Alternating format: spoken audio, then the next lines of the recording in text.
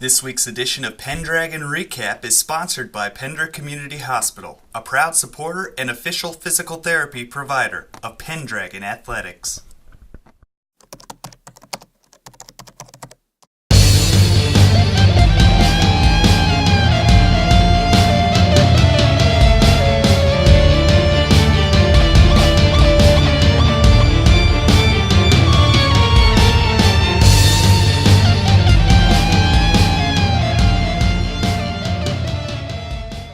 High Wrestling Coach Dennis Oliver had two meets this past week. You were at Madison and the Oakland Craig Invite. Had a number of good performances from your wrestlers. Give your thoughts and impressions on the weekend. The two-day tournaments, that's to give us an idea of where our kids stand towards the bigger meets at the end. I thought we wrestled really well in both of them. We medaled everybody. We had some tough matches in the first tournament.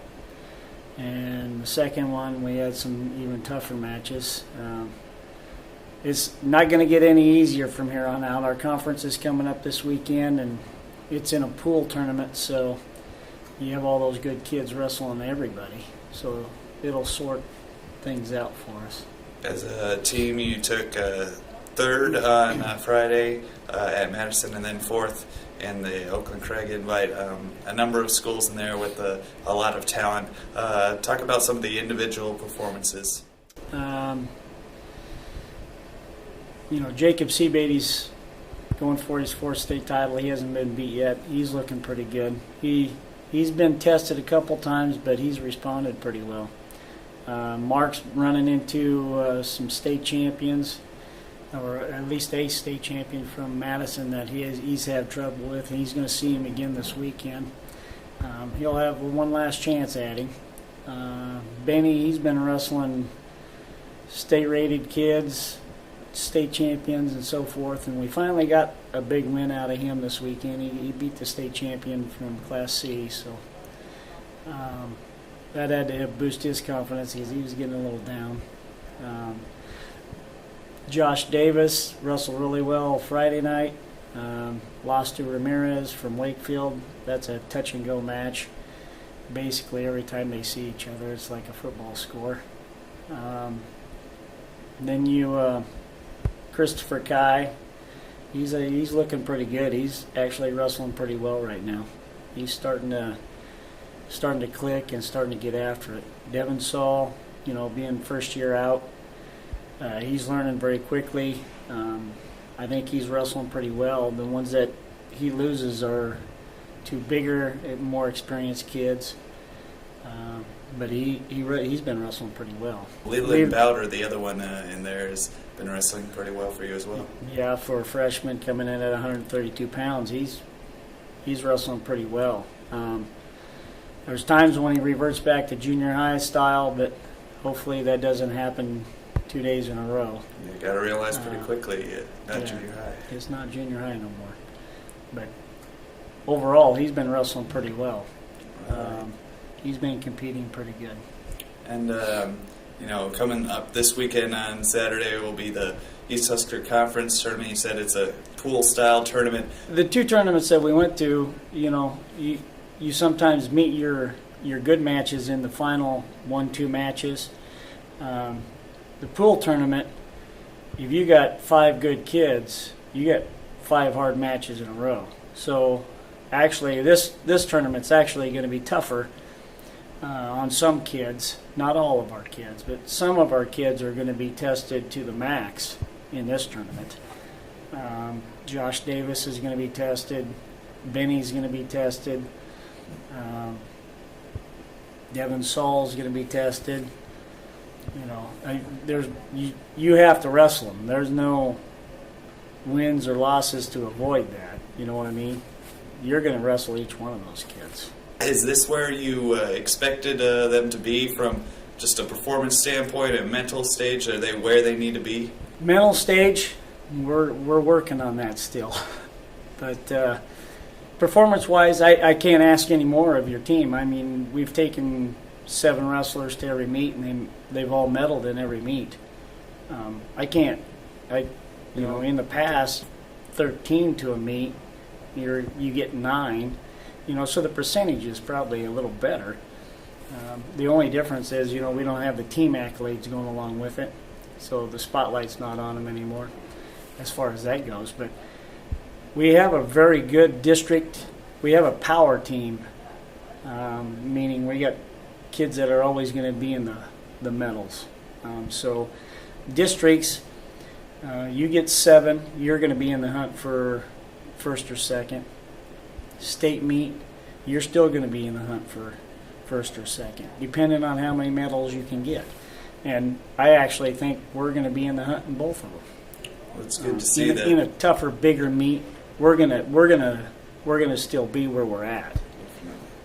We've been scoring on the average about 140 points a tournament. So, I look at it, we're still about 110, 120 point big tournament point team, which should place you in the top 2. The funny thing is, both those tournaments this weekend, we were actually in second place all the way until that final round started.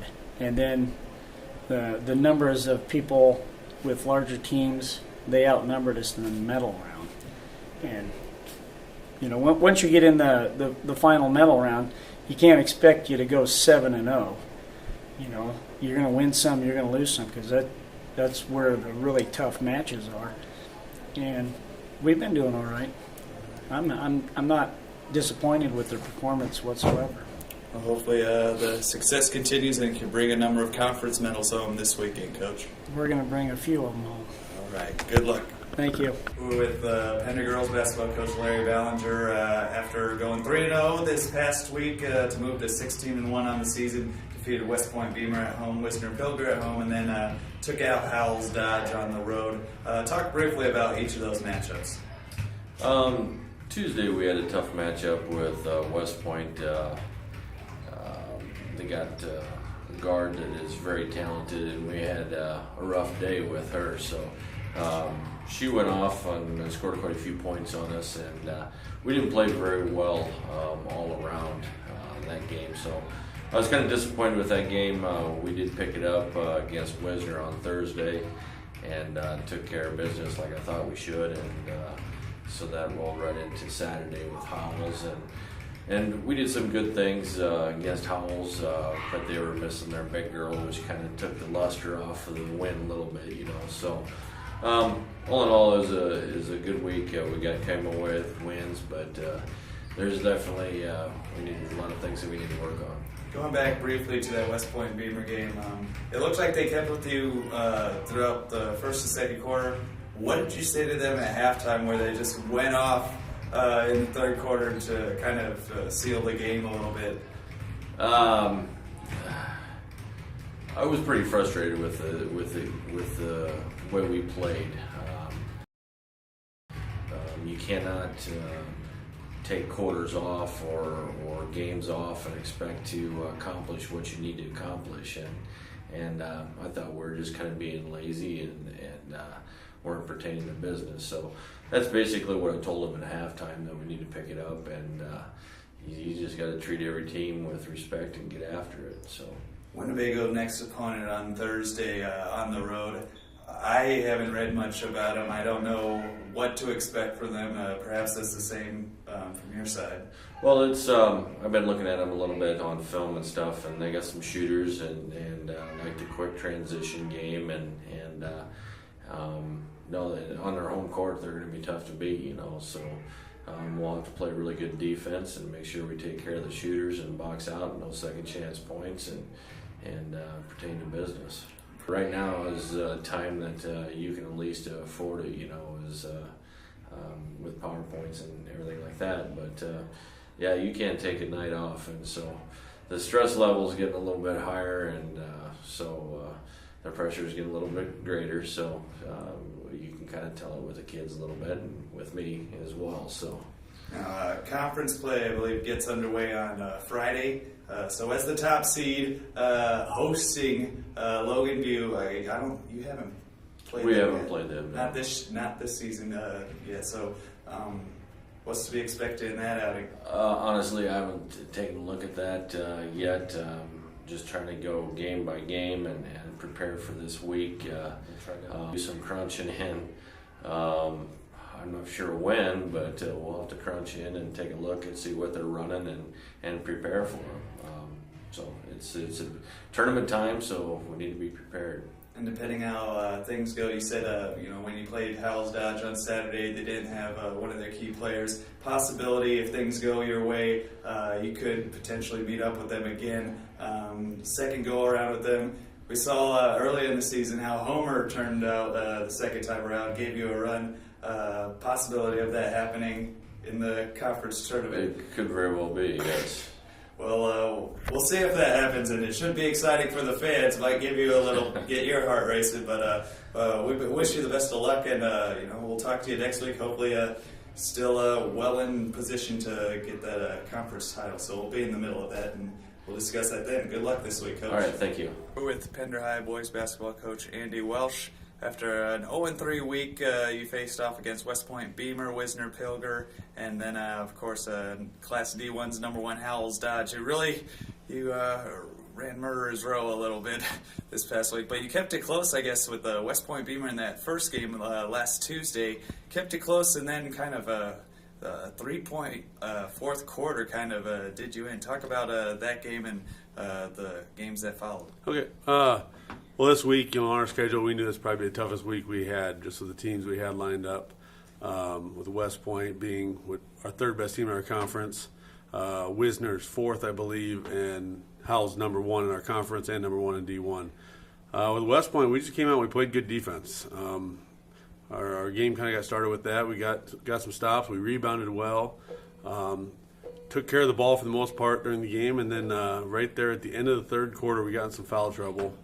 And, it resulted in a lot of turnovers for us in the fourth quarter, which led to kind of a blowout there in the fourth quarter. But, everybody that's at the game realized that they saw that we could play basketball when we want to. And it was good for the kids to see that. Unfortunately, the 2 games that followed, we just kind of got bit right away and never could recover. Good teams, if you let them jump on you early, they don't turn back. And that's kind of what happened there Thursday and Saturday. But we knew it was going to be a tough week coming in. Unfortunately, we couldn't get a win. There were some positives through the thing, and hopefully the kids can build off that. Devin Kaup is consistently the games your team's high score. Kind of held scoreless against Howells Dodge. I think they must have been studying the footage. They knew that he was one of your key players. Kind of shut him out on Saturday night. Yeah, they just play a really physical style of basketball. I mean that's what they do, and they kind of disrupted what we wanted to do on offense as far as getting the ball moved around to our shooters. And basically, he didn't give them a whole lot of looks there either down there. And in the second half, we got some of our younger kids in. Our older kids didn't play much in the second half. The game was kind of out of hand, and we wanted to get our younger kids some minutes. Now, going from the number 1 team in Class D1 to the number 1 team in D2, you'll be facing them. We'll talk in a little bit about the opening game of the East Husker Conference Tournament. But next on the schedule for you is Thursday night against Winnebago on the road. They are a highly skilled team as well, and you're facing them at Winnebago. I believe they're number 8 or something in the top 10 in the Sioux City paper.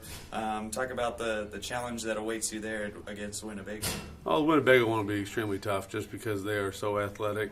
They run, they get up and down the floor, and they just keep coming at you, shooting, taking the ball to the basket, defensively in your face, and it's just like when we play the rest of the good teams. If we don't start well, it'll be a long night. We have to come out with some poise and control, and try to set the tone that we want to play at early, and try to make it competitive going in the second half, and hopefully things happen then. Same thing with Bancroft on Saturday, first round of the tournament. They're the number two team in the conference tournament, and they're the exact same style. Actually, those two play each other tomorrow or this past Tuesday, and we'll see how that game turns out. But they are the same style. They get up and down the floor. They're athletic, extremely difficult to guard, and they put a lot of pressure on you defensively. Well, hopefully, you're 1-16 on the year. Conference tournament, anything can happen. Your team knows, the players know their players because, being so close. So we'll see how things shake out. Maybe an upset's brewing in the conference tournament. Hopefully. All right. Good luck, Coach. Thanks.